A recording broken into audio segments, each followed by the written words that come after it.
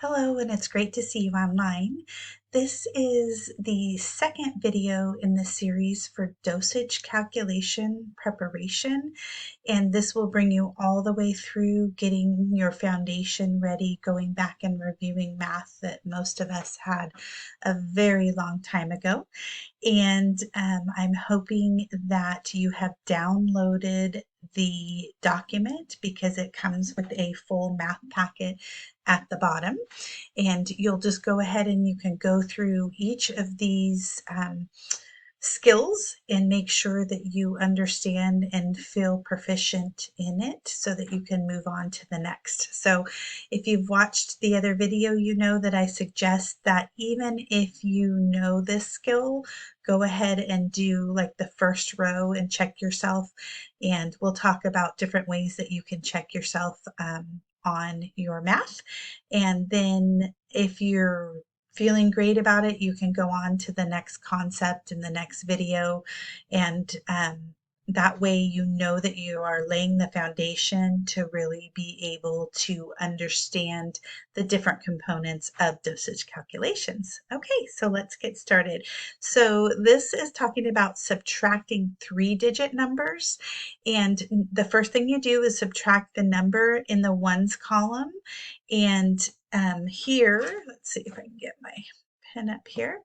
So the ones, the tens and the hundreds, we work across this way. So the first step, we start in the ones column. Now we notice right away that we cannot do 8 minus 9 because 9 is higher. So you have to borrow from the tens column and make this 18. And whenever I do my math, I always write it out and I have my students write everything out because then it's easy to go back and see where we made the mistake. And when you get to dosage calculations, you'll see that there's several steps each time. So if you just start practicing now, showing your math, it will be very helpful when you get to the dosage calculations. So if we have 18, then 18 minus 9 is 9. We've now crossed this out. This became a 0. So you have the 0 there, and then you go across. So it's showing you each column here. So you move over to the tens. This was a 0. Now you have 0. And then you look at the hundreds column last, and you have 6 minus 2, which are 4. So your answer is 409. So again, I have already completed a couple of these down below, and then I left one here that we can talk through together.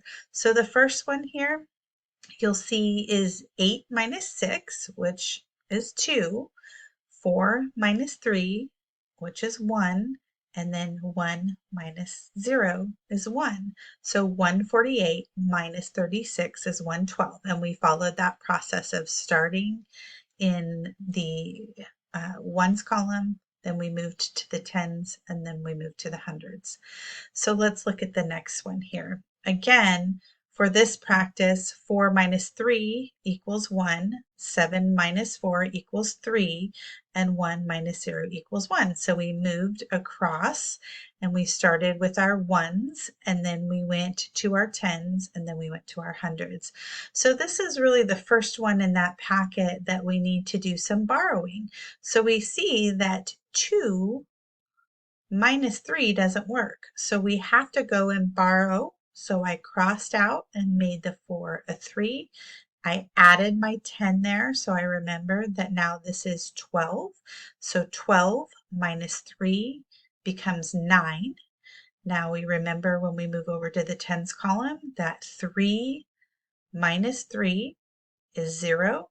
And then finally the hundreds, 2 minus 0 is 2.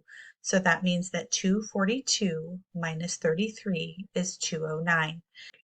Okay, let's do this one together here. So 5 minus 8, we know that we are unable to take 8 away from 5 until we borrow.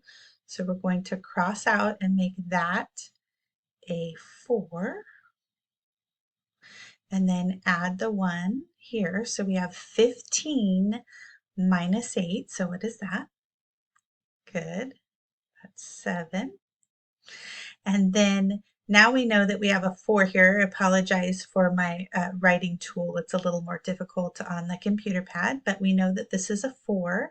So 4 minus 4 is 0. And then we have 2 minus 0, which is 2. So again, we followed the pattern. We started in the ones, then we moved to the tens, and then we went to the hundreds. Now we had to borrow, so we crossed the 5 out, made that a 4. We added our tens, so this made it 15.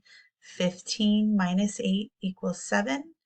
And then 4 minus 4 equals 0, and 2 minus 0 equals 2. So we have 207.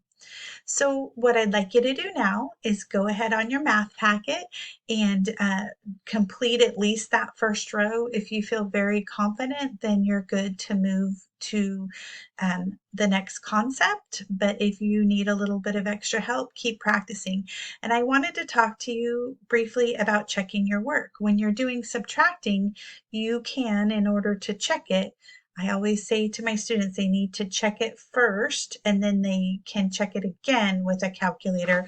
And we'll talk more about using a calculator down the road. But here, if I were to take the number back and say 112 plus 36, I would get the 8, I would get the 4, I would get the 1, so 148.